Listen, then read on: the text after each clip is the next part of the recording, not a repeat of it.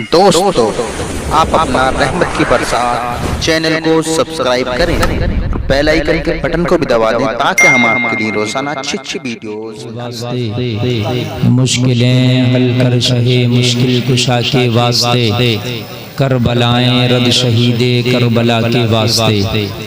झूम कर एक बार बाबा से बुलंद दुरूद शरीफ का नजराना पेश करें। पढ़ें अल्लाहुम्मा सल्ली अला सय्यिदना मौलाना मुहम्मदिन मुबारक वसल्लम सल्लु अलैहि सलातun व सलामुन अलैका या रसूल अल्लाह।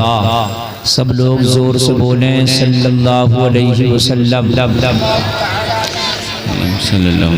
ऑपरेटर साहब, आपके साउंड का आवाज़ नहीं आ रहा, आपके साउंड का आवाज़ नहीं आ रहा है, लोगों का शोर ज़्यादा आ रहा है, इसका वापसी दीजिए ताकि ये आवाज़ वापसी दे। और ये पीछे तक शायद आवाज़ नहीं पहुंच रही है मेरे भाई, शोर ना मचाएं, खामोशी के साथ बिल्कुल बैठे। और ये चाय पिलाने वाले भी अब लाएं चाय, पहले से जहाँ थी ये चाय पहले ही पिला दिया होता। अब जब तकरीर का टाइम होता है तो चाय लाते हैं, जल्दी से पिलाना है तो भाई बहुत जल्दी पिला लो, इसलिए कि तकरीर सारी चाय में मत उड़ा देना।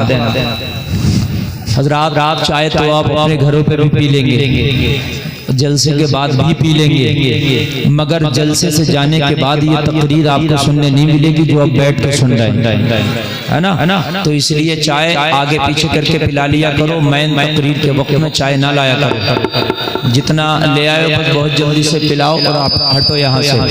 हजरात, रात बहुत अच्छा जलसा ये आपका चल रहा है, बहुत कामयाब आपका ये प्रोग्राम। अल्लाह इस प्रोग्राम को सजाने वालों को, ऑपरेटर साहब मगर नहीं आएगा, आप इस तरीके से बजाएंगे। इसकी सीटी, हाँ इसकी सीटी बंद करें आप और इसकी आवाज़ दें आप। कैसे तकरीर होगी आप ऐसे बजाएंगे?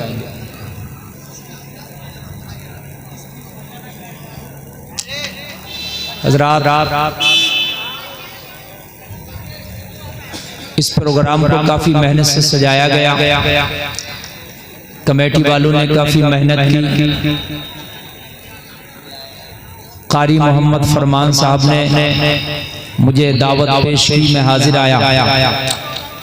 बड़े अच्छे कलाम आपने शायर हिंदुस्तान जनाब आजम रजा रामपुरी से सुने। अच्छी तकरीर मुझसे पहले आपने समात की, उलमा से बेहतरीन नज़ामत भी आप समात कर रहे हैं। मेरे बाद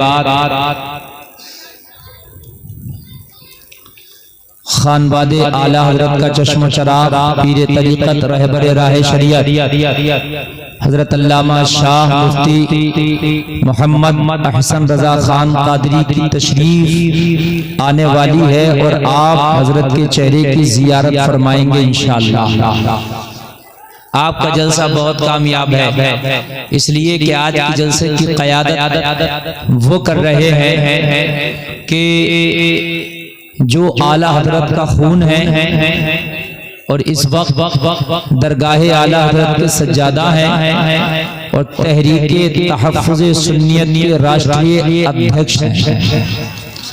आप अब मुझे इस वक्त सुन रहे हैं, मैं आपके सामने लाइव बोल रहा हूँ। कितने लोग वो होंगे जो पहली बार शायद मुझे सुन रहे होंगे, बाकी सारे लोगों ने तो सुना ही होगा मोबाइल वगैरह पर, लेकिन आप सुनिए बहुत मोहब्बत से। बात आप बीच में बिल्कुल ना करें, कोई आपके पास में बात कर रहा है तो उसके कान में कह दें कि कहीं जाके अलग बात कर लो, यहाँ ना करो, इसलिए कि वो आपका भी नुकसान करेगा, है ना मेरे भाई? हाँ। तो आपकी इजाजत हो तो मैं तकरीर शुरू करूं?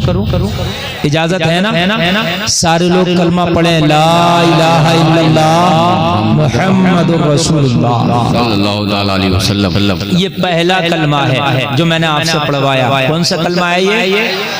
पहला कलमा है। इसलिए मैं बता रहा हूं कि हमारे 90% नौजवानों को कलमे ही याद नहीं।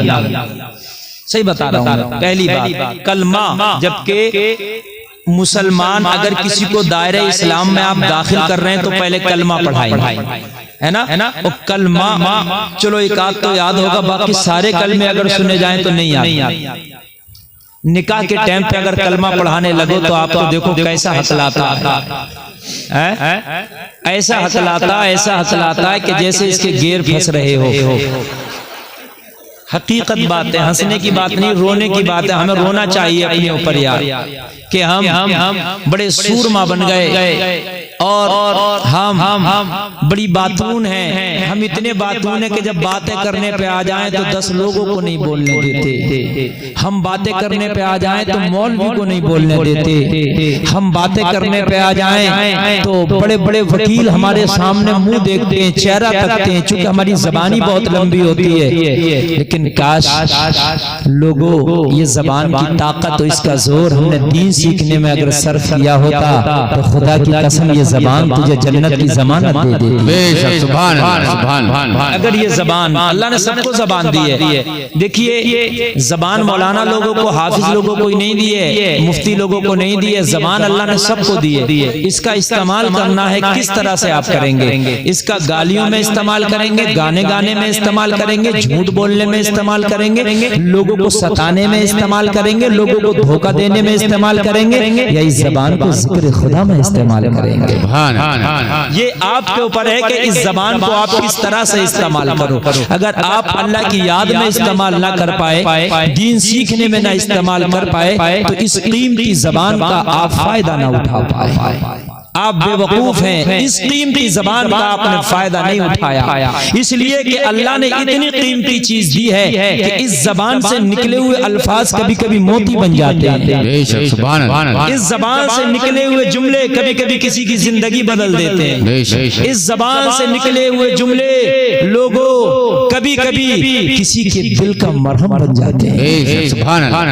कोई तकलीफ में हो, ज़बान से तू उसके दिल का जो है मरहम पेश कर दे और ज़बान से उसका दिल रख ले, तो कभी कभी टूटे हुए दिल भी तेरी ज़बान से जुड़ जाते हैं।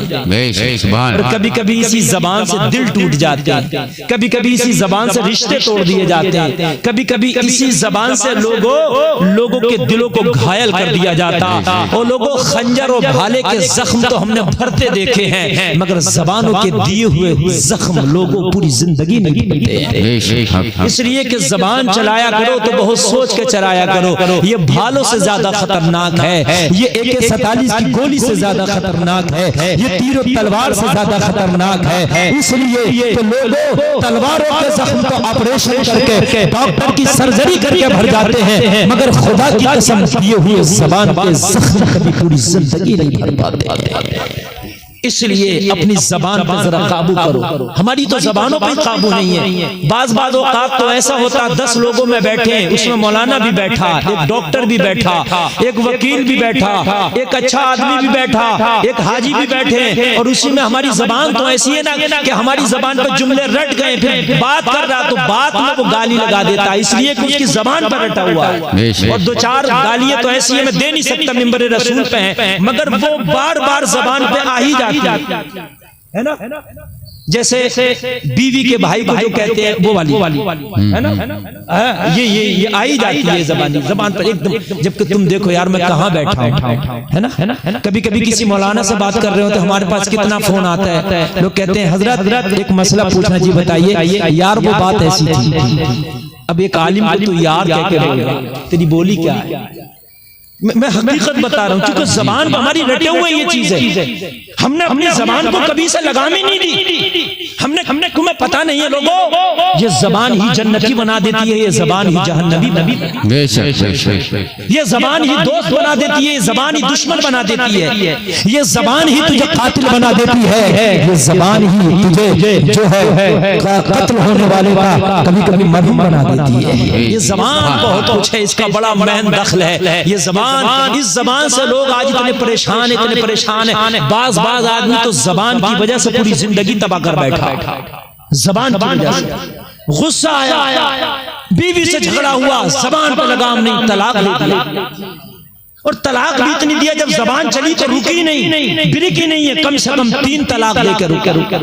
इससे पहले ना रुका, आगे से लेकर पीछे तक मेरा जुमला सुन लेना। ज़बान की बात आई तो मैं आपको बता दूं, लोगों तलाक तूने ज़बान से दी, मगर तुझे पता नहीं है कि तूने तलाक का लफ्ज़ ज़बान से निकाला, सारे रिश्ते खत्म हो गए। दुनिया में सबसे करीबी रिश्ता तेरा और तेरी बीवी का था। दुनिया में सबसे करीबी रिश्ता किसका था? तेरा और तेरी बीवी का था। सारे रिश्ते दुनिया में आके बनते हैं, चाहे भाई का रिश्ता हो, चाहे बाप का रिश्ता हो, चाहे माँ का रिश्ता हो, चाहे बहन का रिश्ता हो, चाहे खाला का रिश्ता हो, चाहे मामा का रिश्ता हो, चाहे फूफा का रिश्ता हो, चाहे चाचा का रिश्ता हो, चाहे ताया का रिश्ता हो। मगर सुनिए, सारे रिश्ते दुनिया में आके बनाए जाते हैं, मगर मियां बीवी का ऐसा रिश्ता है जो अल्लाह ने इंसान को दुनिया में आने से पहले रूहों को बना दिया था। और सबसे पहला मियां बीवी का रिश्ता बना है तो हजरत आदम और हव्वा का जन्नत में बना है। जन्नत में बना है, सबसे पहला रिश्ता मियां और बीवी का बना है तो जन्नत में बना है। बात समझ रहे हैं? बड़ा प्यारा रिश्ता। ऑपरेटर साहब, मुझे बिल्कुल मैक में मजा नहीं आ रहा, मैं आवाज बढ़ा रहा हूं या आवाज बढ़ाना चाहिए? आप समझ लीजिए, मुझे इसलिए कि मुझे 15 मिनट बुलवा के ये लोग नहीं छोड़ेंगे, कम से कम मुझे 1-1.5 घंटा बुलवाएंगे। मेरे ऊपर रहम कीजिए आप। अभी सीटी देने लगा, हथियार बहुत बढ़िया आपके पास, बढ़वाओ तो सीटी देगा। करो क्या करो। हाँ, वापसी आप नहीं दे पा रहे। आप तवज्जो कीजिए, आप बहुत अच्छा सुन रहे हैं, अल्लाह आपको सलामत रखे। मेरे भाई, मियाँ और बीवी का रिश्ता कितना करीबी है कि सब रिश्ते दुनिया में बने, मियाँ बीवी का रिश्ता अल्लाह ने जन्नत में बनाया। हजरत हव्वा को पैदा किया, किससे पैदा किया? हजरत आदम की पसली से। और पैदा करने के बाद हजरत आदम का निकाह जन्नत में कराया, वही मियाँ बीवी का रिश्ता बनाया। और रूह के रिश्ते, बुखारी की हदीस है कि मियाँ बीवी का रिश्ता पैदा होने से पहले अल्लाह रूह को बना देता है। यार जरा बता, अल्लाह ने तेरा प्रोग्राम कितना अच्छा बनाया कि तू दुनिया में नहीं आया, किससे तेरा रिश्ता होना है, कौन तेरी शरीक हयात बनना है, कौन तेरी बीवी बनेगी, कौन तेरी लाइफ पार्टनर बनेगी, बता तू दुनिया में बाद में आया। अल्लाह ने तेरी रूह का उससे रिश्ता बना दिया है। इतना पाक रिश्ता, इतना गहरा रिश्ता कि रब ने बनाया। मगर एक दिन तेरा झगड़ा बीवी से क्या हो गया, एक दिन तुझे गुस्सा क्या आ गया, तेरी तो मूंछों पे चिराग जलते हैं, तू गुस्से के सामने कुछ देखते ही नहीं, तेरी ज़बान तो इतनी बेलगाम हो गई कि जब चलती है तो तू देखता नहीं है क्या रही है, ये बोल क्या रही है, ये ज़बान से निकले हुए जुमले मेरे ऊपर कयामत पर कर देंगे। किसी की बेटी की जिंदगी तबाह करके रख देंगे, किसी का आशियाना नशे में चला के रख देंगे। ये बच्चे बाप और बच्चे माँ के यतीम से रह जाएंगे। हाय तू क्या कर रहा है, मगर जब गुस्से में आया तेरी ज़बान तो बेलगाम है। जब चली तो बीवी को तूने 3 तलाक दे के छोड़ा, मगर तुझे पता नहीं था क्या हो गया। जो खानदान को एक बार जुदा हो गए, जो बीवी शरीक हयात थी तेरे लिए खैर हो गई, जो तेरे बच्चों की माँ हुआ करती थी आज तेरे लिए कुछ नहीं रह गई है। जरा मुझे बता दो, ये तेरे जुमलों ने 2 खानदानों को तबाह कर दिया और जिंदगी तेरी बीवी तबाह नहीं हुई है, जिंदगी तेरी तबाह होकर रह गई। खुदा की कसम, आज तेरे ज़बान से जुमला क्या निकला कि तू बीवी पे रह गया। अभी तक तो बीवी वाला था, अभी तक तो तेरी बीवी तेरी थी, अभी तक तो तू दो था, एक दो तेरी बीवी थी। अब आधार कार्ड में जरूर तेरी बीवी का नाम है, मगर खुदा की कसम, खुदा की शरीयत में तेरी बीवी का नाम कट गया। सिर्फ ज़बान से खुदा की शरीयत में तेरा नाम कट गया। आधार कार्ड में जरूर रहेगा, मगर लोगों को शरीयत का आधार कार्ड से कुछ लेना देना नहीं। और मेरे भाइयों जरा गौर करो, शादी सबकी होनी है और शादी कुछ की हो गई है, कुछ की होनी बाकी है। मगर आज मेरा मुआशरा, आज कभी मुस्लिम इस चीज से बहुत जूझ रही है। बाद में मौलाना के पास फोन किया जाता, हजरत मैंने अपनी बीवी को गुस्से में तलाक दे दिया था। ओ मेरे भाई, तूने गुस्से में तलाक नहीं दिया था, जब तेरा तलाक देने के लिए दिल चाह रहा था तो तू मौलाना के पास आता, पूछता मेरा दिल तलाक देने चाह रहा, मैं क्या करूं? अरे भाई, बात है कि नहीं? जब बच्चा पैदा हुआ तो मौलाना के पास आया, कान में अजान पढ़ो। जब बच्चा पैदा हुआ मौलाना के पास, जब नाम रखना था तो मौलाना के पास, तवज्जो करना, जब बिस्मिल्लाह कराई तो मौलाना के पास, तवज्जो करना, जब दाखिला किया तो मौलाना के पास, जब बीमार हुआ, जिनका असर हुआ तो मौलाना जब शादी किया निकाह किया तो मौलाना के पास, अरे निकाह होता है तो मौलाना के पास होता कि नहीं होता? तो जब निकाह बगैर मौलाना के नहीं कर रहा तो तलाक बगैर मौलाना के क्यों दे रहा? है कि नहीं है यार? जब जोड़ मौलाना रहा तो फिर तोड़ेगा कैसे? ये भी मौलाना से पूछ, है ना? जब निकाह हो रहा था तो बगैर मौलाना के कुछ नहीं था। मौलाना का रजिस्टर आ रहा, मौलाना का इंतजार हो रहा। जब तक तू शोहर नहीं कहलाया, जब तक मौलाना नहीं